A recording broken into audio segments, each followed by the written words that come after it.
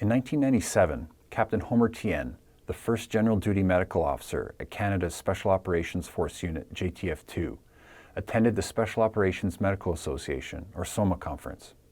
He would establish and develop relationships with the medical components of many of the peer units, including the American 1st Special Forces Operation Detachment Delta, the British 22nd Special Air Service and Special Boat Service, the Australian Special Air Service, and the FBI Hostage Rescue Team.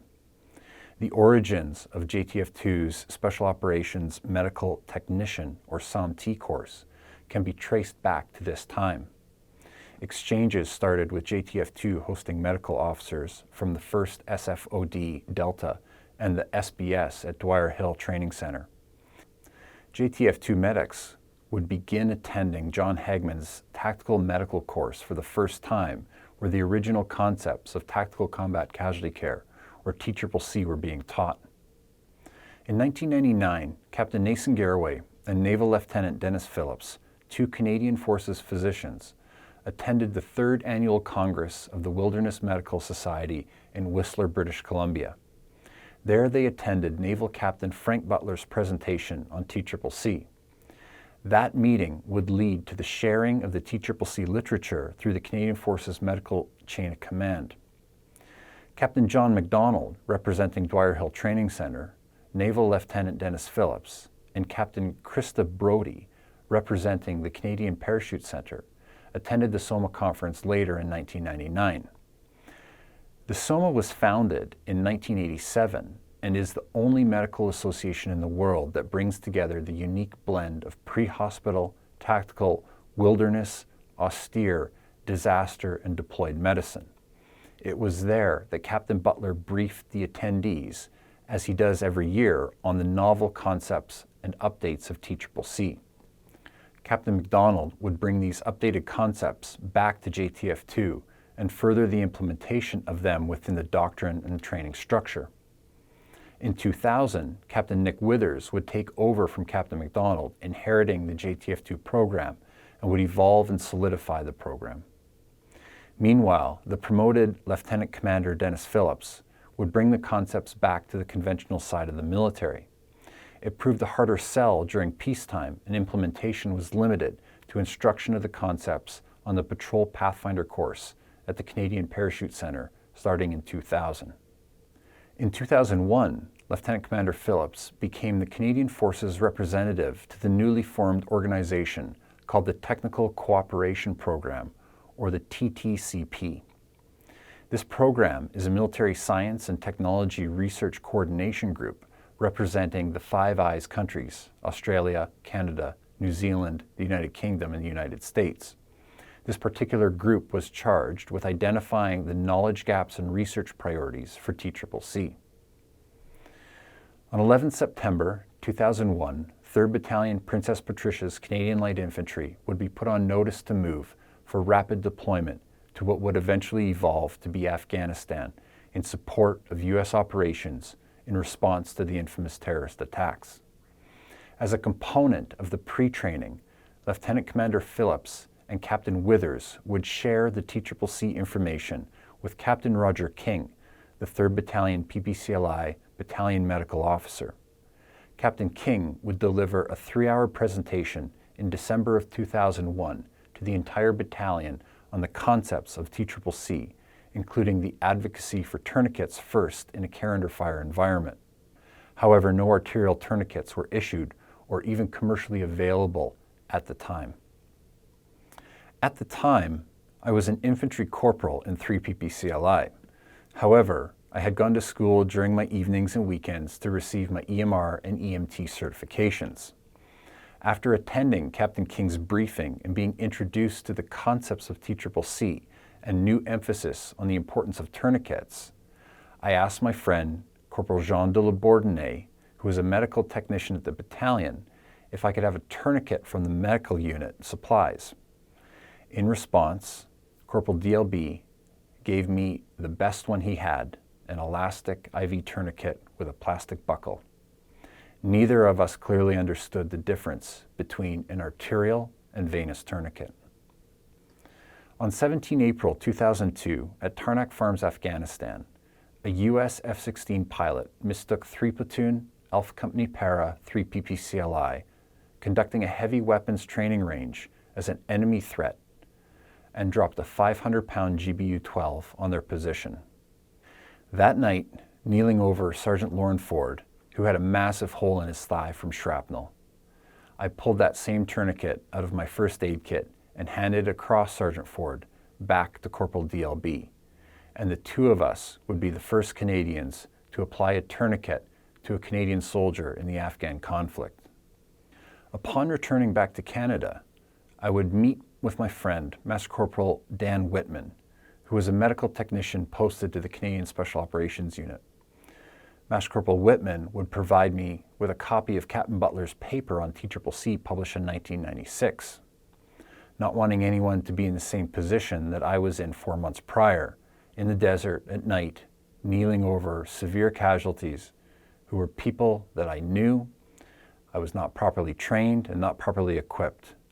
I decided the system needed improvements, and the TCCC concepts in Butler's paper were the solution.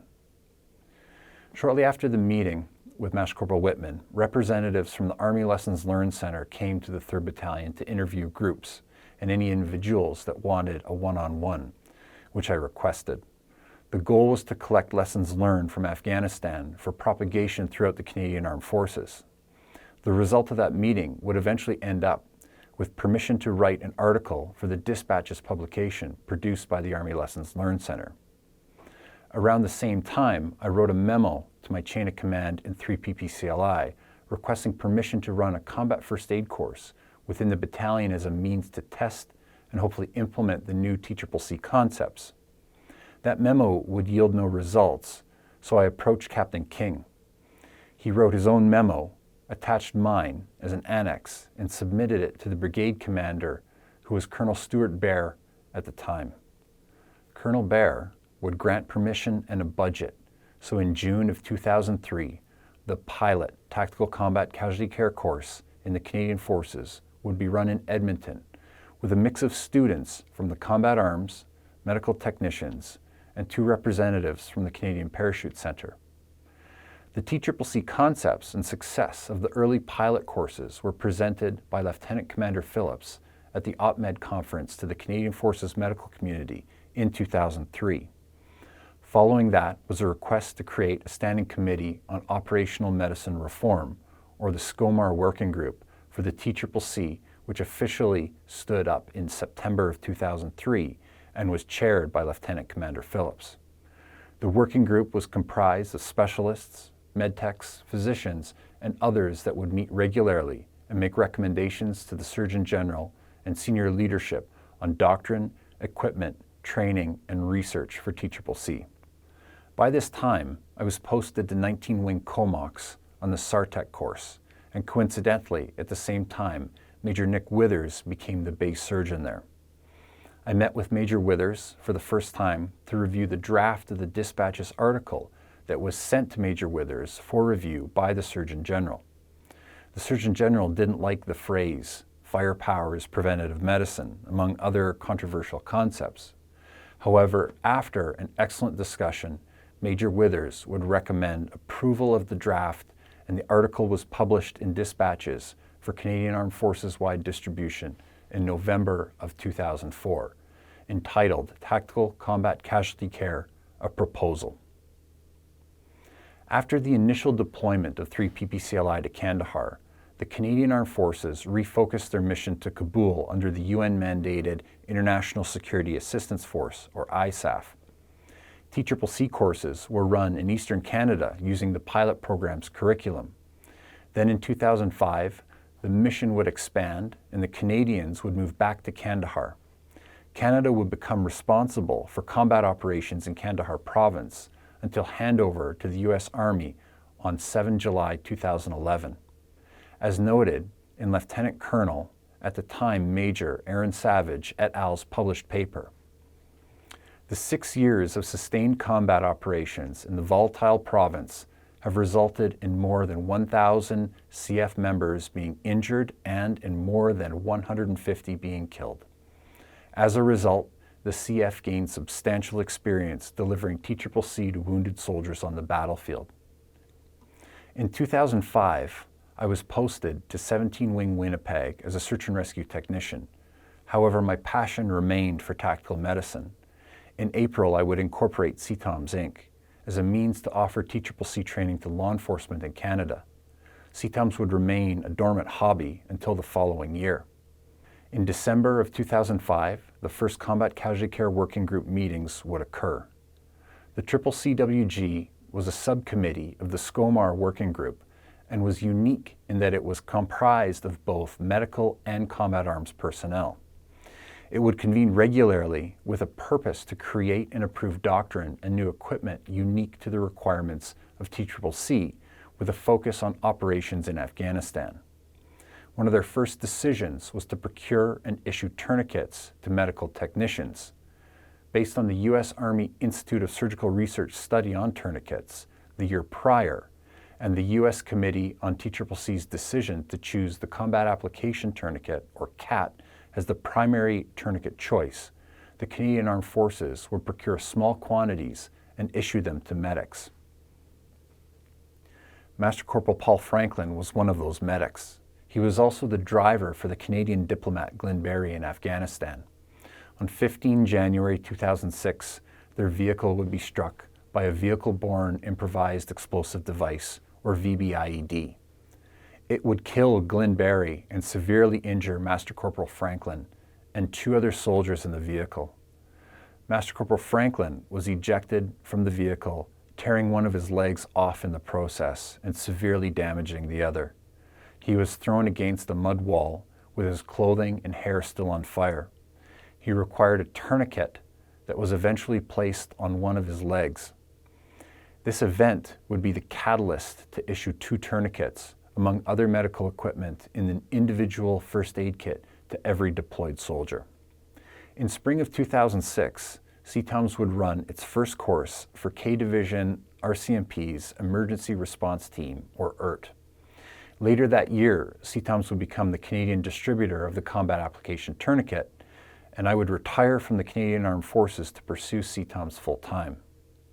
In November of 2006, Lieutenant Commander Ian Torrey, who was the chair of the SCOMAR Working Group at the time, would approach CTOMS with a novel concept. Combat operations were intensifying and casualties were becoming frequent. The TCCC program had been formalized and implemented as a qualification course in official Army doctrine under General Stuart Beer, who commanded the Land Force Doctrine and Training System at the time. The TCCC course was a 2-week program allotted to about 2 soldiers per section. Combat First Aid, which was a 2-day course for all deploying soldiers, and was modified to include the principles of TCCC, including tourniquets.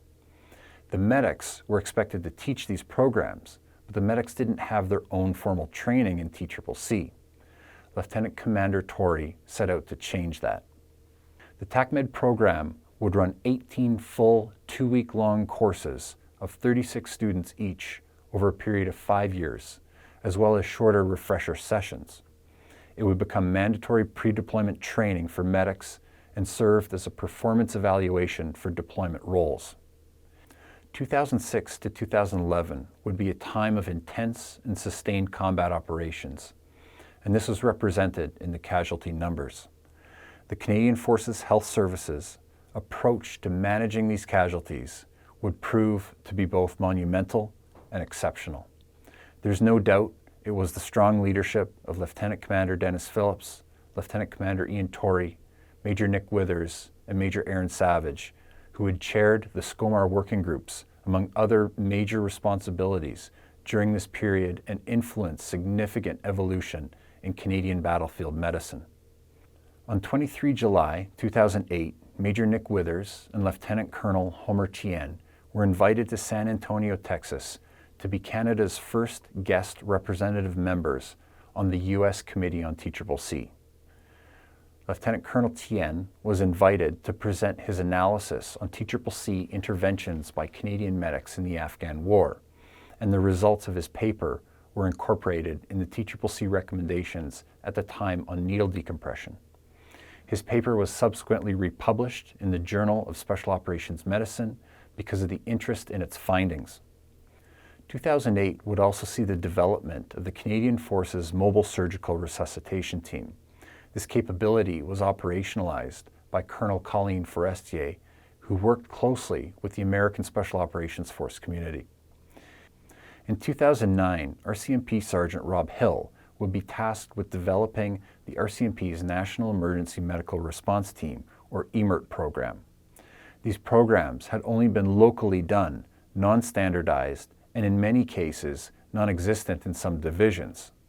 CTOMS would become an integral part, assisting in the development of that capability within the RCMP and training both EMERT and specialty teams. At the SOMA conference in Tampa, Florida in 2012, a retired Naval Captain Butler presented his annual update on TCCC, making the statement that only the U.S. Army Rangers and the Canadian Armed Forces have established an estimated 100% capture of preventable combat deaths. This was extrapolated from a published paper by Captain Dylan Pennell and others in 2011 from a retrospective analysis of autopsies of Canadian casualties from January 2006 to April 2008. In a testament to the Canadian Forces, Captain Butler attributed this to a successful training and equipping program with a TCCC-based approach. Retired Colonel Nick Withers is quoted as saying, "I thought the public-private partnership between CTOMS, DRDC Suffield, the Army, and Canadian Forces Health Services demonstrated an institutional maturity seldom seen. Committed to minimizing preventable death, the Canadian Armed Forces committed tremendous resources to ensuring both the tactical and clinical capabilities of its medical technicians were second to none. The relationship between the uniformed operational medicine experts and CTOMS allowed for agility we have never witnessed in the CAF training system. We were literally able to integrate lessons learned from the Afghanistan conflict into the curriculum within days. I look back so fondly and frankly proudly on what we collectively achieved. It was truly a special time." Today, the concepts of TCCC have been incorporated into the medical assistant and medical technician trades training and the maintenance of clinical readiness program. TCCC competencies are requirements for all Canadian Armed Forces healthcare practitioners being deployed in a Role 1 environment. CTOMS continues to train both the Canadian Armed Forces, the RCMP, and many other law enforcement and security agencies in Canada and internationally. The concepts of TCCC have made a profound difference in the way medical care is provided in tactical environments and changed the attitudes and capabilities of the security and defense organizations in Canada. The hard lessons learned must never be forgotten. Tactical medicine is a living and evolving subject, and it is important to understand that you, as a student, are an integral part of the evolution of tactical medicine. Your feedback and contribution to this topic is critical in its continued improvement and propagation. This concludes the Canadian history of battlefield medicine. Thank you for watching.